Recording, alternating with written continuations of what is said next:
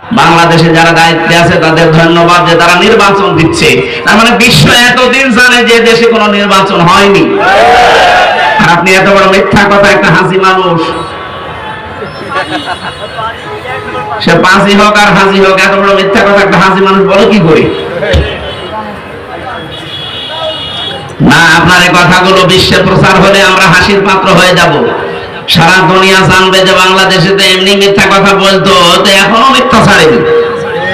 কথা বলেন না কেন? আমি আশা করছি আপনারা আর মিথ্যা কথা বলবেন না। এই দেশটা বিশ্বের 257টা দেশের ভেতরে একটা উজ্জ্বল দৃষ্টান্ত। সারা জীবন ভারত আমাদের বিপক্ষে মিথ্যাচার করেছে যে আমাদের দেশে নাকি সংখ্যালঘু নির্যাতন হয়, অথচ এখন সবচাইতে বিশ্বে বেশি সংখ্যালঘু নির্যাতন ভারতে। ওরা মুসলমানদেরকে গরু খাওয়ার অপরাধে জবাই করে, আল্লাহর ঘর মসজিদ গুলো কালকের একটা ভেঙেছে। সারা বিশ্বে শুনি যে মাটির নিচে বিভিন্ন মানুষ তেল পায়, গ্যাস পায়, সোনা পায়, লোহা পায়, আর এই শয়তানরা সব মাটির নিচে মসজিদ পায়। ওরা মাটির নিচে এখন মন্দির পাচ্ছে, মসজিদ গুলো ভেঙে ভেঙে বলছে এখানে 500 বছর আগে মন্দির ছিল।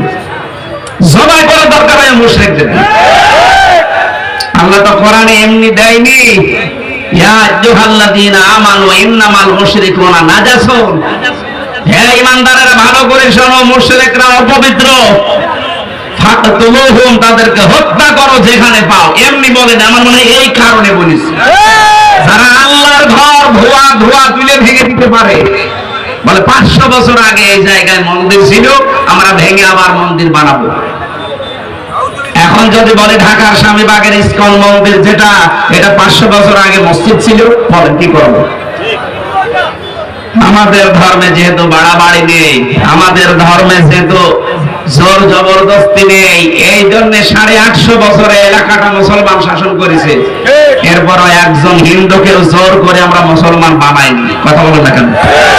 যদি ধর্মে আপনাদের মতো এরকম উগ্রপন্থী উগ্রতা থাকতো, আমাদের ধর্মে বাড়াবাড়ি থাকতো, আল্লাহর কসম এই এলাকায় একটা হিন্দু থাকতে পারতো না, সব মুসলমান হয়ে যেত। আমরা পরধর্ম সহিষ্ণু জাতি এই পৃথিবীতে 257টা রাষ্ট্রে এখন রেকর্ড বের হচ্ছে, সবচাইতে বেশি সাম্প্রদায়িক সম্প্রীতি নিয়ে মানুষ বাস করে বাংলাদেশে। গতকালকে পঞ্চগড়ের একজন আর ওই যে ঝিনাইদহ মাগুরা, এই 2 জেলার 2 মহিলা গেছে ইন্ডিয়াতে, ওরা হাতের চিকিৎসা করাবে এই জন্য গেছে। ওখানে হিন্দু সাংবাদিক ওই মলম যেটা আছে, এরকম কিছু আছে না জারজ, এই জারজ গুলোর নামে কালকে দেখলাম জারজের নামে একটা মামলা হয়েছে, যে চট্টগ্রাম নিয়ে নেবে এই কথা জানিয়েছিল। এদেরকে যে বলছে আপনাদের মনে হয় বাংলাদেশে টিকতে দিচ্ছে না, আপনাদের মেয়েদেরকে মনে হয় রেপ করা হয় না, বলছে না 5 তারিখের পর থেকে আমরা আরো সব জায়গায় বেশি নিরাপদে আছি। এই 15.5 বছরই আমরা ঝামেলা ছিলাম। শয়তান কথা শোনার পরে ওর মুখ গেছে বিড়ালের মতো। এটা আন্তর্জাতিক বিশ্বাস মিডিয়াতে প্রচার হচ্ছে, তাম দুনিয়া এখন জেনেছে যে এরা উগ্র, এরা সবচাইতে মানবতার জন্য মারাত্মক শত্রু। ট্রাম্প একজন খ্রিস্টান, ডোনাল্ড ট্রাম্প কি বলেন? তাদের খ্রিস্টান ধর্মের মেয়েদেরকেও এই মুশরিকরা ছাড়ে নাই।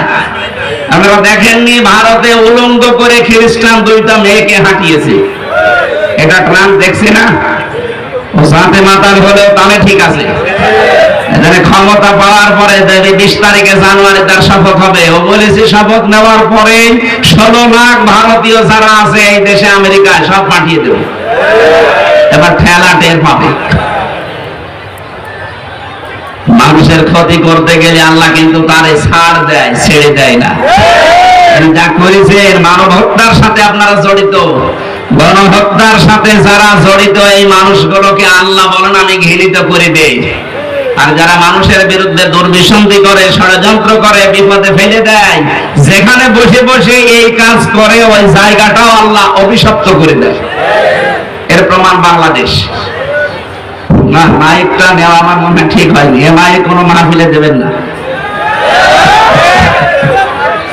যারা পারবেন না সে কাজ করতে যান কেন? এখন বলেন যে আপনার